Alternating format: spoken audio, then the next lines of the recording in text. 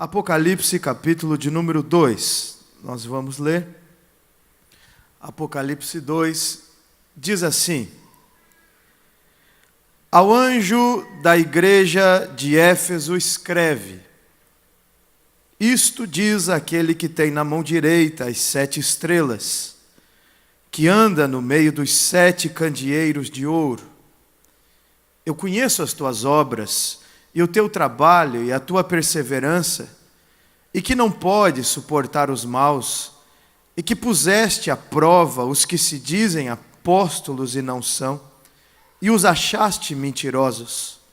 Tens perseverança por causa do meu nome, sofreste e não desfaleceste. Tenho, porém, contra ti que deixaste o teu primeiro amor. Lembra-te de onde caíste e arrependa-te, e pratica as primeiras obras. Se não te arrependeres, brevemente virei a ti e removerei do seu lugar o seu candeeiro, se não te arrependeres. Tens, porém, a teu favor que odeias as obras dos nicolaítas, a qual eu também odeio. Quem tem ouvidos, ouça o que o Espírito diz às igrejas. Ao que vencer, dar-lhe-ei comer da árvore da vida que está no paraíso de Deus. E você diz amém.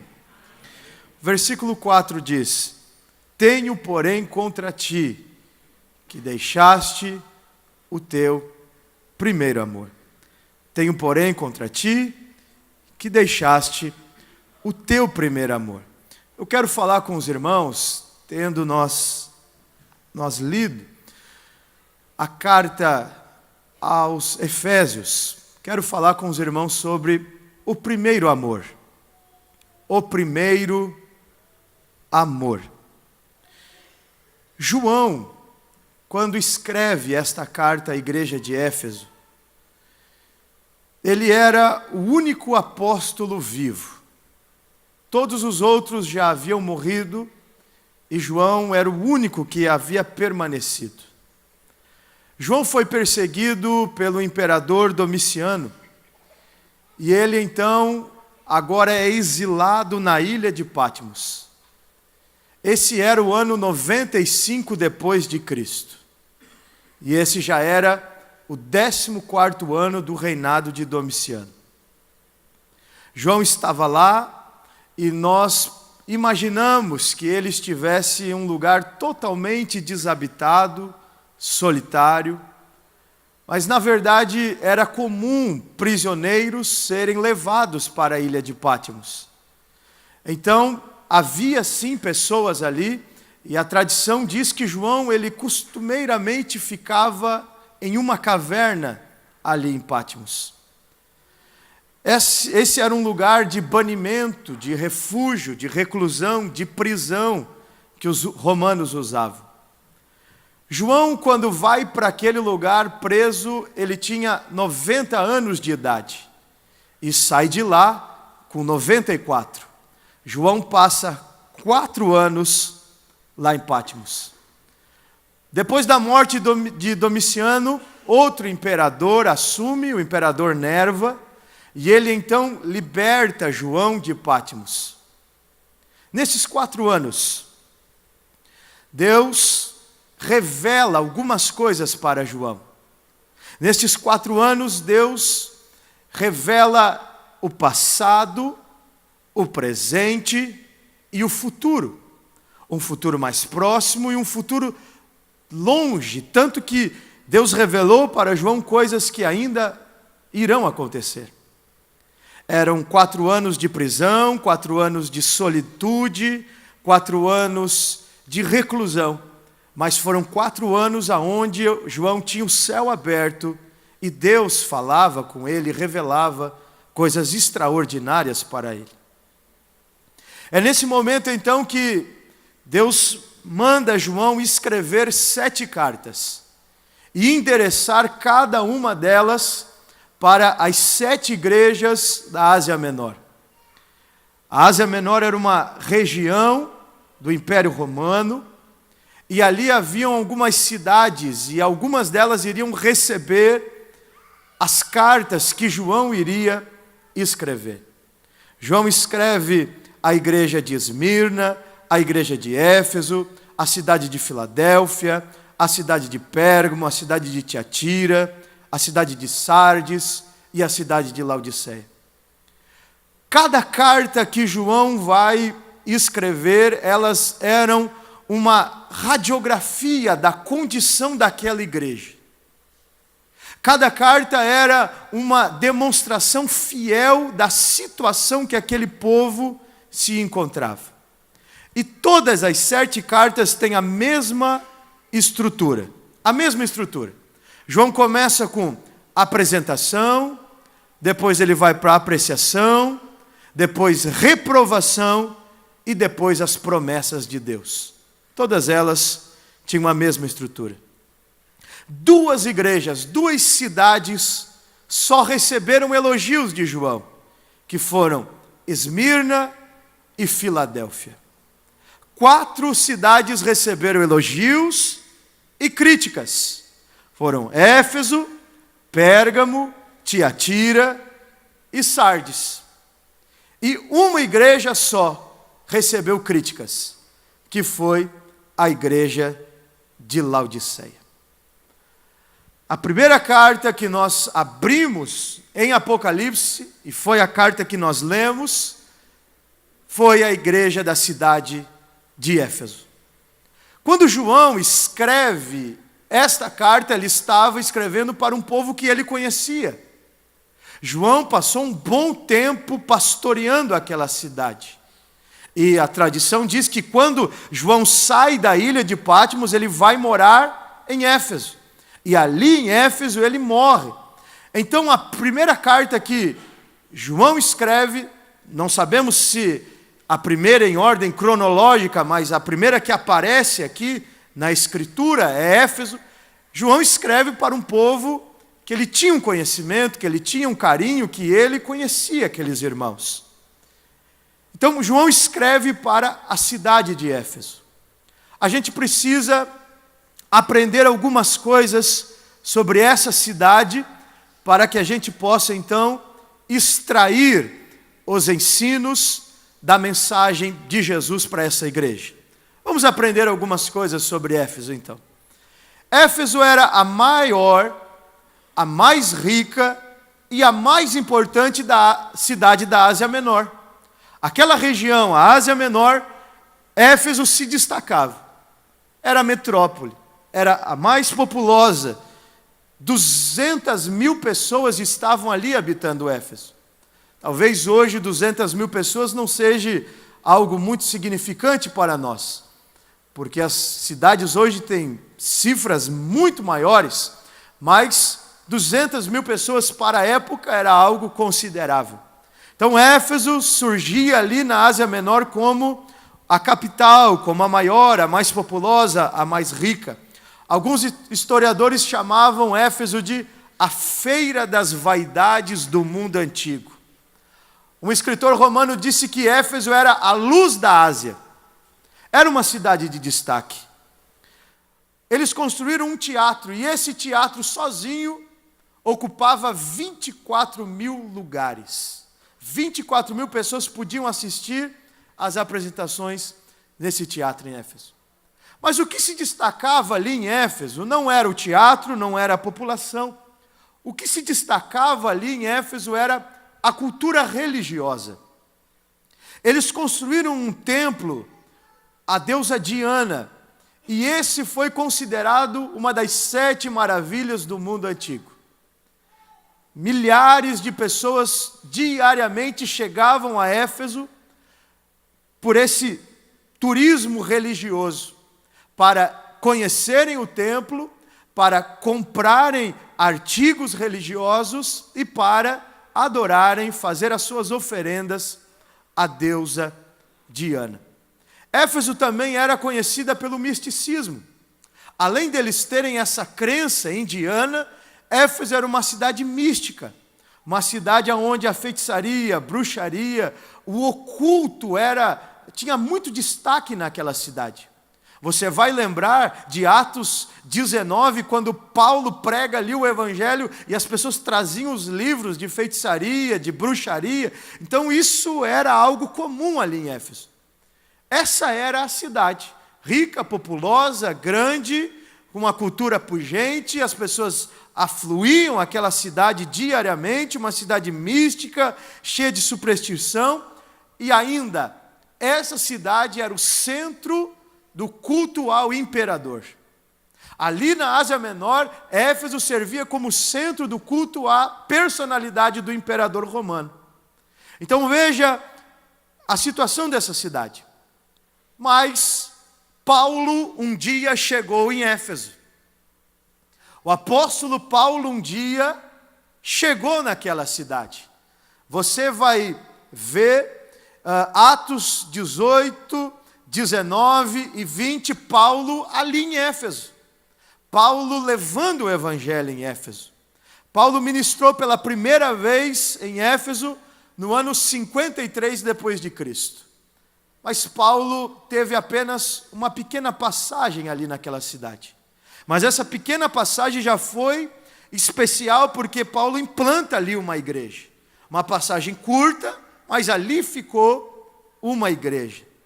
Paulo então leva para a igreja de Éfeso algumas pessoas para pastorearem aquele rebanho. Algumas pessoas passaram ali na ausência de Paulo, depois que Paulo partiu. A gente pode citar Priscila e Áquila, a gente pode citar o expositor eloquente, o Apolo. A gente pode citar Timóteo. Estavam ali, pastorearam o rebanho de Éfeso. Paulo, depois, ele retorna a Éfeso. 2 anos depois da primeira passagem, quando ele estava realizando a sua terceira viagem missionária, Paulo retorna a Éfeso e agora Paulo vai ficar um longo período de tempo. Ele vai ficar 3 anos em Éfeso. E agora, Paulo então evangeliza aquela região, evangeliza a cidade, solidifica a igreja, Deus faz algo extraordinário em Éfeso e as coisas mudam de figura ali, o Espírito Santo realiza centenas de salvação em Éfeso e aquela cidade ali então tem uma igreja grande, uma igreja próspera, pelo trabalho dos apóstolos que ali estiveram, especialmente por Paulo. Mas Paulo tem que ir embora de Éfeso. Paulo ele vai preso para Roma, e lá em Roma ele envia Timóteo para aquela igreja. Mais tarde João vai pastorear aquela igreja. E agora, quando nós estamos aqui lendo Apocalipse 2, quando João vai escrever a carta à igreja de Éfeso, já se passaram 40 anos. Já se passaram 40 anos e Jesus agora tinha uma mensagem a enviar, a passar à igreja de Éfeso. Vamos ver como estava a situação daquela igreja? Aquela cidade tão importante, aquela igreja que aconteceu tantas coisas que nós comentamos. Como que estava a situação da igreja de Éfeso? Você pode, deixa a sua Bíblia aberta, que nós vamos agora apreciar o texto bíblico. Qual era a situação da igreja de Éfeso? Jesus vai abrir João vai abrir a sua palavra à igreja dizendo ao anjo da igreja de Éfeso. Isso eu acho algo extraordinário.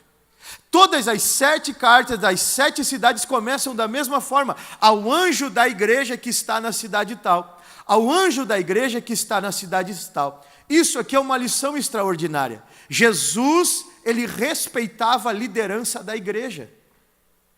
Jesus ele faz questão de enviar as suas palavras, a sua carta ao anjo, à liderança, ao responsável pela igreja.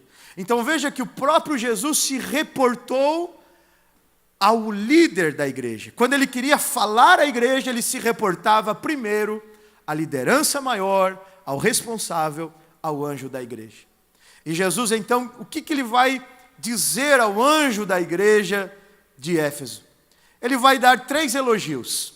Vamos ver os 3 elogios que Jesus dá a esta igreja. O primeiro está no versículo 2. Olha só, capítulo 2 e o versículo 2. Esta igreja era uma igreja fiel à doutrina. Era uma igreja fiel à doutrina. Olha só. E que não pudeste sofrer os maus, e puseste à prova os que dizem ser apóstolos e não são, e tu os achastes mentirosos. Éfeso era uma igreja intolerante à heresia. Éfeso era uma igreja intolerante ao pecado moral. Essa igreja, ela não aceitava falsos ensinos, falsas doutrinas, falsos apóstolos, falsos mestres. Ela tinha um filtro refinado. Ela não permitia que a Bíblia fosse ensinada de forma errada. E Jesus percebe isso. Jesus elogia, olha, vocês são fiel à doutrina bíblica. Mas Jesus agora vai dar um segundo elogio àquela igreja. Aí nós chegamos ao versículo 2 ainda. Jesus vai dizer, olha, vocês estão envolvidos com a obra de Deus. É o segundo elogio para a igreja de Éfeso. O envolvimento com a obra de Deus. Vocês fazem a obra de Deus. Vocês trabalham pelo reino. O versículo 2 diz assim, eu sei as tuas obras e o teu trabalho. Veja, Jesus fez a radiografia e viu, Éfeso é uma igreja que trabalha, uma igreja que está lá evangelizando, orando, construindo, é uma igreja que trabalha, e Jesus, ele sabe, isso é muito bom, ele diz, eu sei as tuas obras. Pastor, sou obreiro na casa de Deus, Jesus sabe o meu trabalho? Jesus sabe. Pastor, sou músico, sou zelador, limpo a igreja, trabalho com as crianças, faço a obra no reino. Jesus vê, Jesus percebe, Jesus sabe. Jesus diz, eu sei as tuas obras. Talvez o trabalho mais insignificante aos nossos olhares, mas Jesus está dizendo, eu sei as tuas obras. Mas Jesus ainda vai dar um terceiro elogio à igreja de Éfeso. Aí chegamos ao versículo 3. O terceiro elogio à igreja de Éfeso. Eles eram perseverantes nas tribulações. Eles eram perseverantes nas tribulações. Jesus diz assim, acompanhe comigo, versículo 3. E sofreste, e tens paciência, e trabalhaste pelo meu nome, e não te cansastes. Então Jesus observava que essa era uma igreja que sofreu ao longo dos anos. Uma igreja perseguida, uma igreja que passou por dificuldades naquela cidade. Nós precisamos entender que ser um cristão em Éfeso não era algo popular. Ser um cristão na cidade de Éfeso não era algo que trazia honra para ninguém. Porque lembra que eu expliquei? Éfeso era uma cidade mística. Éfeso era uma cidade onde as pessoas cultuavam ou a Diana, cultuavam o imperador. Aí vem alguém e diz, não, eu vou adorar a Jesus Cristo. Eu vou servir ao Deus vivo. Então essas pessoas que seguiam a Jesus, com certeza, elas eram mal vistas no emprego, mal vistas na família, mal vistas na rua, mal vistas no comércio. Então Jesus está dizendo, olha, eu vejo, eu percebo o sofrimento de vocês, a perseguição de vocês, quando vocês são caluniados, quando vocês talvez são apedrejados, quando crentes desta igreja talvez morrem, eu estou percebendo, eu olho, eu vejo a perseverança nas tribulações que vocês estão passando. Só que agora, nós vamos chegar ao versículo 4. O versículo 4 vai mudar o tom. Acompanhe comigo aí o versículo 4. Vai mudar o tom da carta. Versículo 1, versículo 2 e 3, nós temos elogios. Jesus coloca Éfeso lá no topo. Jesus coloca aqueles irmãos lá em cima. Elogios, vocês são perseverantes, hein? Vocês sofreram, vocês são perseguidos, mas vocês permanecem de pé. Parabéns para vocês. Olha, vocês evitam as heresias, vocês cuidam para que não exista falsos ensinos na igreja. Parabéns para vocês. Olha, vocês são fiéis, vocês são verdadeiros. Parabéns, Jesus coloca Éfeso lá em cima. Mas o versículo 4 muda o tom. O versículo 4 agora, nós vamos ter um alerta de Jesus. Tenho, porém, contra ti. É assim que começa o versículo 4. Tenho, porém, contra ti. Veja que o tom mudou. Veja que o tom, ele mudou radicalmente. Era elogio, agora Jesus tem algo contra essa igreja? Como que Jesus vai ter algo contra essa igreja? Não pode. Talvez nós escolheríamos congregar em Éfeso. Porque quem não gosta de congregar numa igreja fiel à palavra? Quem não gostaria de congregar numa igreja onde não existe heresia? Quem não gostaria de congregar numa igreja onde os irmãos são corajosos, enfrentam a tribulação, de peito aberto, nós estamos aqui, pregamos o evangelho, vamos lá. Quem não gostaria de congregar numa igreja envolvida com a obra de Deus? Que evangelizasse, que fizesse missões, que alargasse as tendas, uma igreja envolvida. Quem não gostaria? Talvez muitos de nós escolheríamos Éfeso para congregar. Mas esta igreja, Jesus diz, tenho algo contra você. Eu tenho algo contra você. Vamos ver o que Jesus tem contra Éfeso?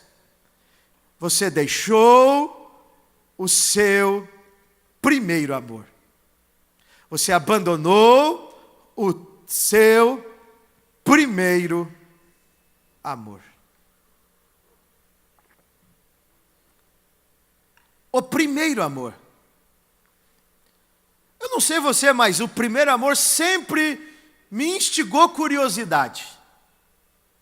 Eu sempre fiquei curioso com esta questão do primeiro amor. O que é o primeiro amor? Será que você saberia definir o que é o primeiro amor?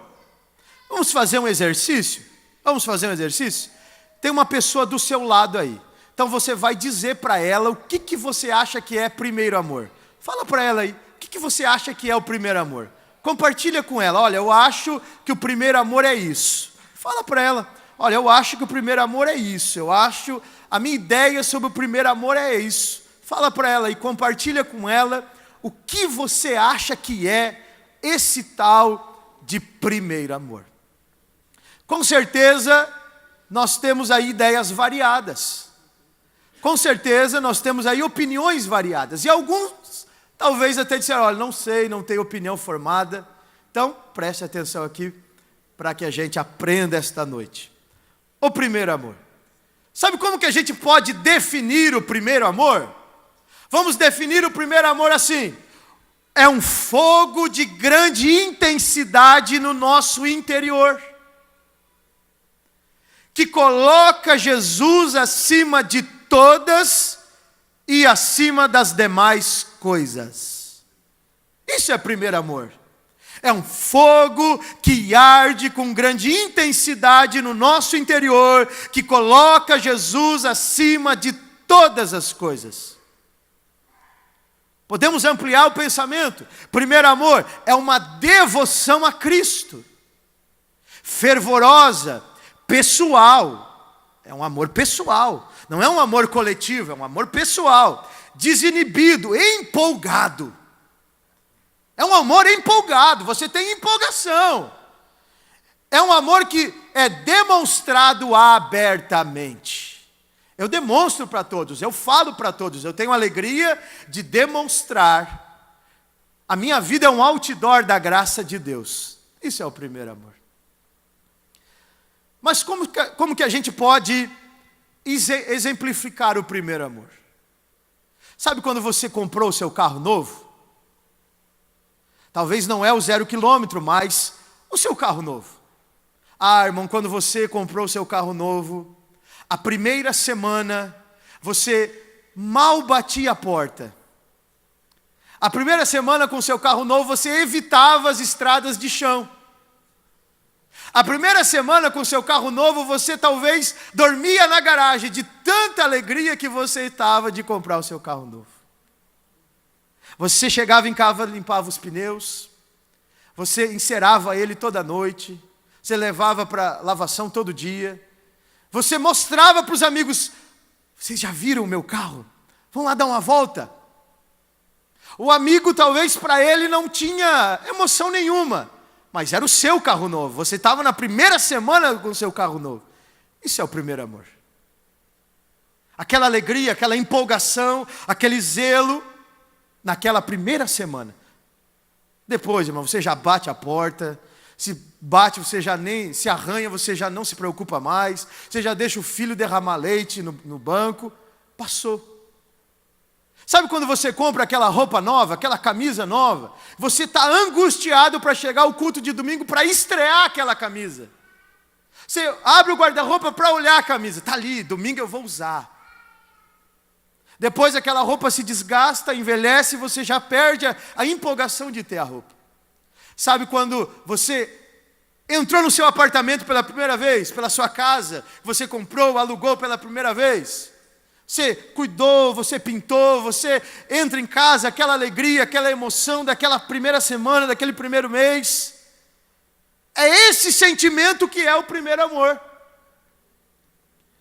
Sabe quando o seu filhinho nasceu? Ou a sua filhinha nasceu? Ah, irmão, quando você traz o seu filhinho para casa, sai do hospital e vai para casa. Quando aconteceu isso com a minha filhinha, quando trouxe para casa, o primeiro dia e o segundo dia eu só ficava olhando. Eu mal falava, mal fazia alguma coisa, eu só ficava olhando. Aquela alegria, aquela emoção, aquele sentimento daquela primeira semana, do primeiro dia, do primeiro mês, tudo é o primeiro, a primeira risadinha, a primeira palavra, a primeira fala, e assim aquele encantamento. Isso é o primeiro amor. Uma alegria indescritível, um encantamento, um prazer, um zelo, um cuidado. Isso é o primeiro amor. O primeiro amor é algo que traz alegria. Se você quiser anotar isso, anota, irmão, para nunca mais esquecer. O primeiro amor é algo que traz alegria.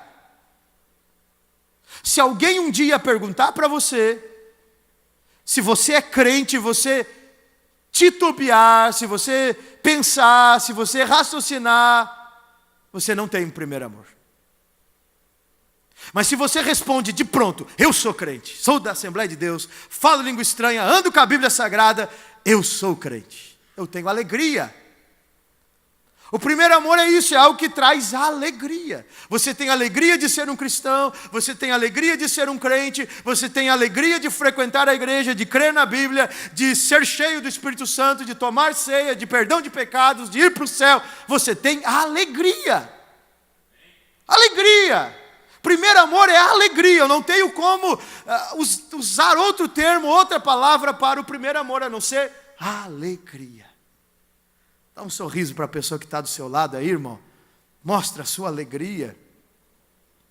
A gente fica admirando o poder de Jesus. Sabe quando você ficava admirando o seu carro? Eu ficava admirando a minha filhinha, a roupa nova, a casa nova. A gente ficava admirando. A gente fica admirando Jesus. Ah, Jesus é tão bom. Jesus é tão maravilhoso. Jesus cura, Jesus salva. Oh, Jesus, como tu és lindo, Jesus. Isso é o primeiro amor. Jesus, tu és tão poderoso. Jesus, tu és tão grande. Jesus, tu és inexplicável. O cristão é assim, irmão. O cristão vive apavorado com o poder de Cristo, com o amor de Cristo. E isso causa alegria. Mas o primeiro amor é algo que nos faz renunciar tudo. Percebam, o primeiro amor é algo que traz alegria, mas o primeiro amor é algo que nos faz renunciar tudo. Isso é o primeiro amor. Algo que nos faz renunciar tudo. Vamos ler um texto bíblico para a gente refletir nessa questão? Mateus 13:44. Percebam, olha só. Mateus 13:44. O reino dos céus é semelhante a um tesouro escondido no campo, o qual certo homem, tendo achado, escondeu, e transbordando de alegria, vai, vende tudo o que ele tem e compra aquele campo. Isso é o primeiro amor. Veja, na história aqui em Mateus 13:44, um homem achou um tesouro no campo.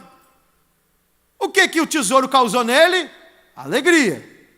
E o que ele fez? Vendeu tudo que ele tinha. Deixou tudo que ele tinha. Esqueceu tudo que ele tinha. Porque ele queria aquilo que ele tinha no campo e tinha trazido alegria para ele. Então o primeiro amor é algo que faz você renunciar tudo. Deus é a prioridade na nossa vida.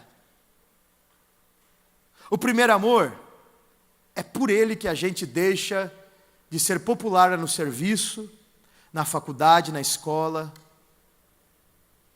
É o primeiro amor que faz a gente deixar de frequentar os lugares badalados de antigamente. Faz a gente renunciar a isso. A gente gostava tanto de frequentar aqueles lugares, mas a gente renuncia. É o primeiro amor que dá essa força, essa motivação para você renunciar. É o primeiro amor que faz você deixar as amizades. Faz você deixar os grupos do WhatsApp que pervertem a sua alma. É o primeiro amor que faz você renunciar aos maus costumes, os maus hábitos. Sabe os maus hábitos? Você ganha força para renunciar àquilo. É por causa do primeiro amor que você deixa as palavras torpes. A palavra mentirosa. É isso que faz você renunciar aos vícios. É essa paixão, esse amor, esse encantamento por Cristo, essa alegria pela salvação que diz, não, eu não vou mais fumar, eu não vou mais beber, eu não vou mais me prostituir, eu não vou frequentar tal lugar, eu não vou conviver com tal pessoa, eu vou mudar o meu jeito de ver, de pensar, de vestir, eu vou ser de outra forma, eu vou renunciar tudo, porque agora eu tenho algo muito maior. O primeiro amor faz isso. Você deixou tudo aquilo do mundo, irmão. Não porque você tem um regimento interno, não porque você tem uma norma, não porque o pastor mandou você, é porque você agora conhece algo muito melhor e você deixa tudo para ter esse algo muito melhor que é a presença de Jesus na sua vida. Mas o primeiro amor é algo que traz alegria, é algo que faz renunciar tudo, mas é o primeiro amor. O primeiro amor é algo que nos faz buscar intensamente a Jesus. Como a gente define primeiro amor? Primeiro amor é algo que faz você buscar intensamente a Jesus. E há um padrão de busca que Deus determinou para nós. É quando Deus se torna o mais importante para nós do que qualquer coisa. Nós devemos chegar a um ponto tal de anseio por Deus, que nada mais importe a não ser Ele. O primeiro amor é isso. Ele causa uma sede, um desejo, uma fome, e você só tem um alvo, Deus. Quanto tempo você passou com Deus nesse mês de junho? Você já passou algumas horas com Deus? Você já passou algumas horas com Deus? Como assim, pastor? Você já teve momentos na sua vida que você parou e ficou em solitude, em meditação, em reflexão? Você já passou momentos na sua vida em intimidade com Deus? Você já leu a Bíblia toda? Será que muitas vezes não falta para nós esse desejo de buscar intensamente a Deus? Mas pastor, as coisas da vida, o trabalho, as crianças, a igreja, a escola. Meu irmão, você já passou momentos com Deus? Quais são os momentos no seu dia, da sua vida, do seu mês que você passa com Deus? Você vive perto de Deus? O primeiro amor é isso, ele nos faz querer, ele nos atrai até Deus. Sabe quando você está apaixonado? Você se apaixonou, irmão, pela sua esposa, pelo seu esposo. Eu sei que talvez você não lembra, porque já faz muito tempo, né? Mas você só tinha uma vontade: estar com aquela pessoa. Você podia ter trabalhado o dia todo, você podia ir para a faculdade, você tinha muitas coisas, e muitas coisas, assim como hoje. Mas você só queria estar passando algumas horas, meia hora ou 20 minutos com aquela pessoa que você ama. Será que existe esse desejo no seu coração de querer passar momentos com Deus? O primeiro amor, em último lugar, ou melhor, em penúltimo lugar, o primeiro amor faz com que a gente trabalhe para Deus. O primeiro amor faz com que a gente trabalhe para Deus. O crente evangeliza, o crente sobe morro, desce morro, coloca gente no carro, traz para a igreja, dá carona, o crente entrega folheto, o crente ora, o crente limpa a igreja, o crente abraça, o crente aconselha, o crente chora com quem tem que chorar, ri com quem tem que rir, cuida do som, arruma banco. O crente faz, por quê? Porque tem um amor que move ele. O crente dá sopão para mendigo, o crente cuida de criança, o crente faz o que tiver que fazer. Porque ele sabe que Deus deu o seu filho e o seu filho deu a vida, então ele vai dar o teu trabalho. Ele vai trabalhar. E o primeiro amor é isso, ele vai movendo o crente. Um crente parado, um crente que não tem desejo de fazer a obra de Deus, alguma coisa está acontecendo. Mas a última característica do primeiro amor. O primeiro amor é um sentimento de gratidão. O primeiro amor é um sentimento de gratidão. Sabe por que eu amo tanto a Jesus? Porque Ele me amou primeiro. Sabe por que nós temos que amar Ele cada vez mais e alimentar esse fogo que é o primeiro amor cada dia mais? Porque o amor dele por nós nunca se apaga. Sabe por que nós temos que manter aceso essa chama, essa paixão por Jesus? Porque não existe nada que apague o amor dele por você. Então, quando nós amamos a Ele, nós não estamos fazendo nada além do que sermos gratos ao amor que Ele já nos deu. Olha o que a Bíblia diz para a gente. 1 João 4,19. Esse texto é fantástico. Primeira carta de João, veja, o mesmo João de Éfeso, que nós estamos meditando aqui. Olha só, olha o que João diz. Nós o amamos, porque Ele nos amou primeiro. Se eu amo, é porque Ele já me amou.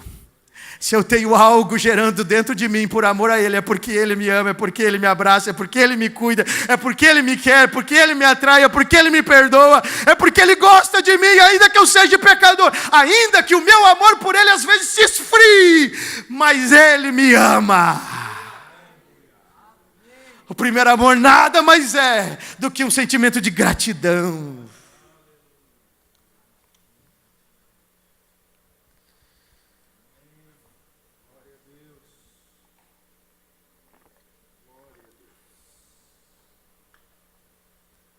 Mas percebam que Éfeso tinha perdido esse primeiro amor. Você consegue ver o peso que está nessa palavra deixado? Deixado o primeiro amor. Eu vejo um peso aqui nessa palavra, deixado.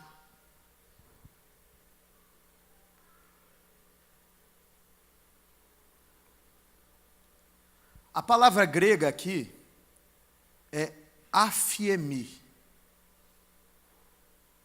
E ela significa abandonar, enviar para outro lugar, mandar ir embora ou deixar partir. Éfeso literalmente disse para aquela chama, aquele desejo, aquele sentimento de amor, de zelo por Jesus, Éfeso simplesmente disse: vai embora.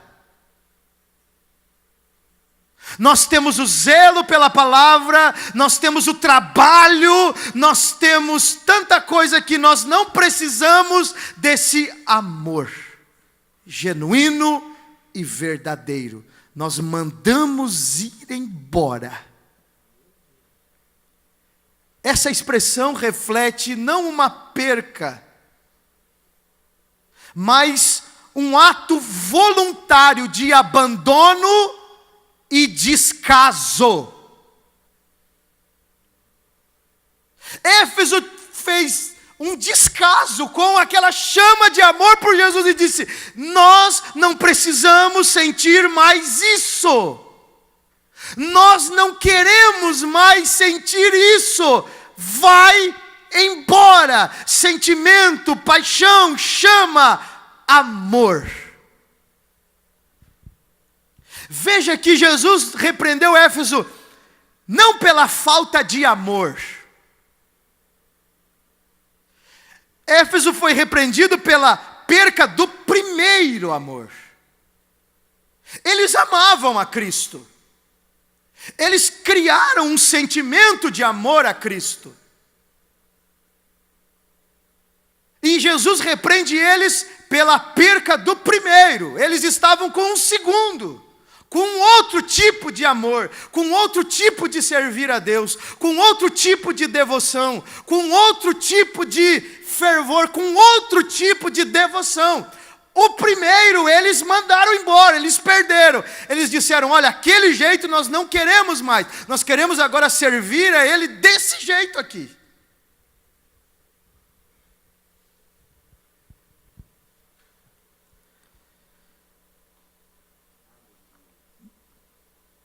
Deus, Ele sempre quer ser o primeiro.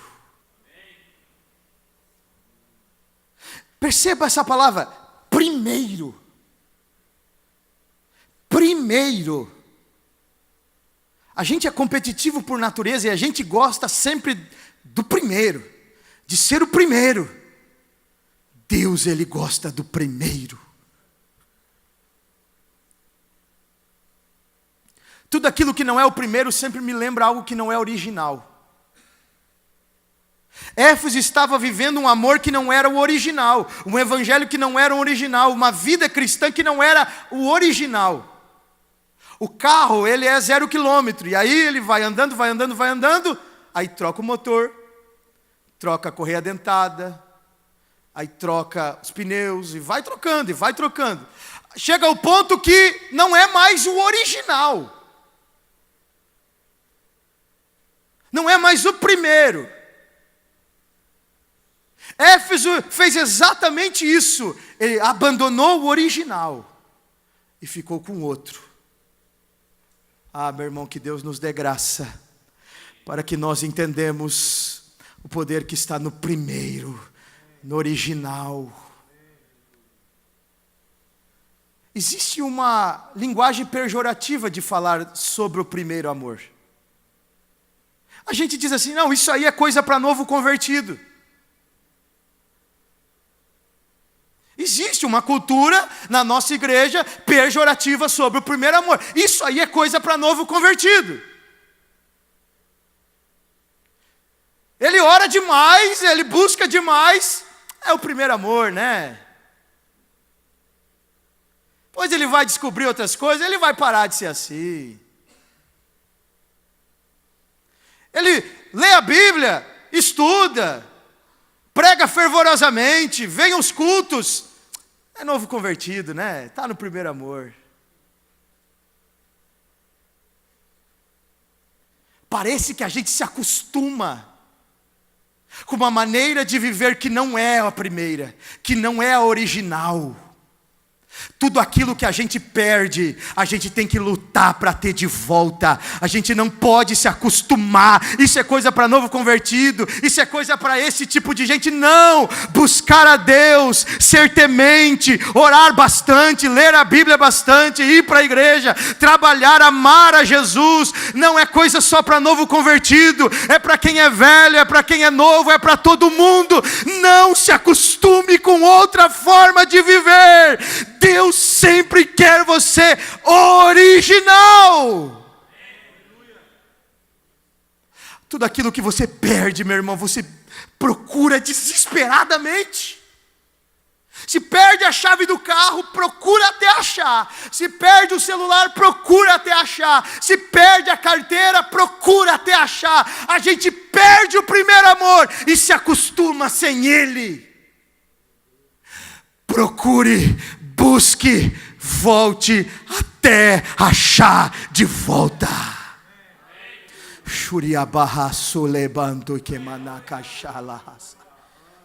Eu preciso encerrar, meu irmão, a nossa meditação. Você me dá mais 5 minutos? Quem me dá 5 minutos, levante a mão. 5, 10, 15, 20, 25, 30. E já tenho as 5 horas.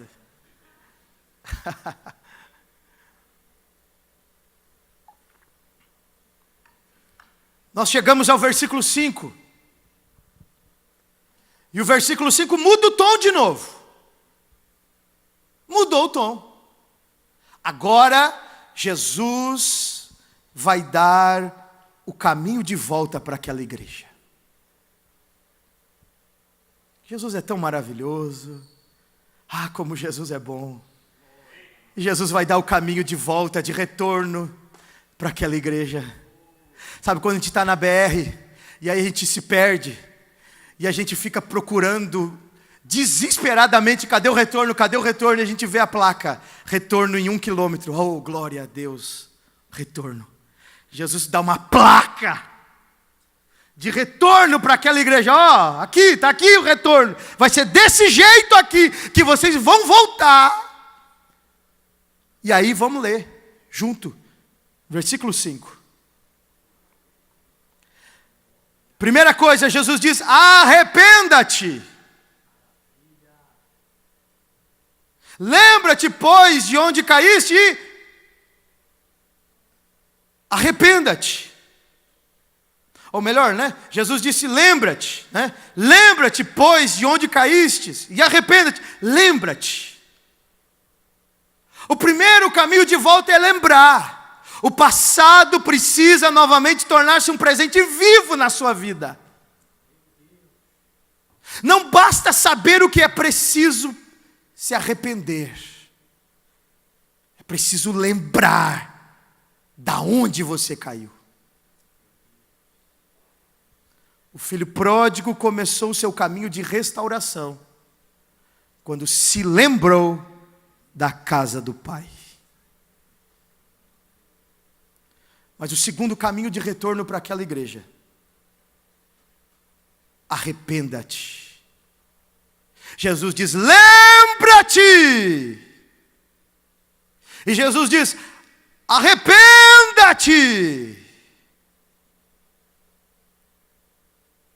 Ah, meus irmãos, que a igreja brasileira se arrependa, que a nossa igreja se arrependa, que eu me arrependa e que você se arrependa. Arrependimento não é emoção. Arrependimento é decisão. Arrependimento é atitude. Não basta existir choro, tem que haver decisão. O filho pródigo se lembrou da casa do pai, mas voltou para a casa do pai. Voltou. Deu meia volta.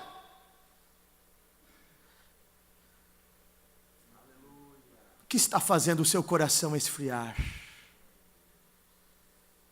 O que está fazendo você perder o amor por Jesus que tanto te amou? Arrependa-te. arrependa-te. Mude de direção, mude de mente, volte-se para Deus. Mas a última coisa que Jesus falou àquela igreja: pratica as primeiras obras. Pratica as primeiras obras. Ninguém que se arrepende de um pecado e o continua praticando tem o perdão de Jesus. É preciso voltar a fazer de novo. Vamos ficar de pé? Vamos ficar de pé? O primeiro amor é como uma fogueira que você vai alimentando ano após ano que está na igreja. O primeiro amor é como uma fogueira que você vai alimentando mês após mês que você está com Jesus. Feche os seus olhos, coloque a mão no seu coração agora. Lembra-te, arrependa-te e volta. O caminho está dado, a placa de retorno está dada. Deus, nós oramos esta noite, te agradecemos, Senhor, pela tua palavra, te agradecemos pela tua voz, pelo teu Espírito, que orienta a igreja, que orienta a nossa vida. E nós te agradecemos, Senhor, te agradecemos, Senhor. Obrigado, Jesus, porque o Senhor nos ama, e o seu amor por nós permanece para sempre. O seu amor por nós, Senhor, permanece vivo. Obrigado, Senhor. Nós queremos, como gratidão, te amar cada dia mais. Que nós nunca viemos perder essa emoção, essa alegria, esse encantamento contigo, Jesus. Que nós não viemos, Senhor, menosprezar o primeiro amor. Que nós não viemos menosprezar essa atitude e rechaçar ele para um certo tipo de pessoas. Não, porque o primeiro amor é para todo crente, é para toda igreja, é para todo mundo, Senhor. Nós queremos lembrar, nós queremos nos arrepender, nós queremos voltar. Tenha misericórdia de nós, Senhor. Amém.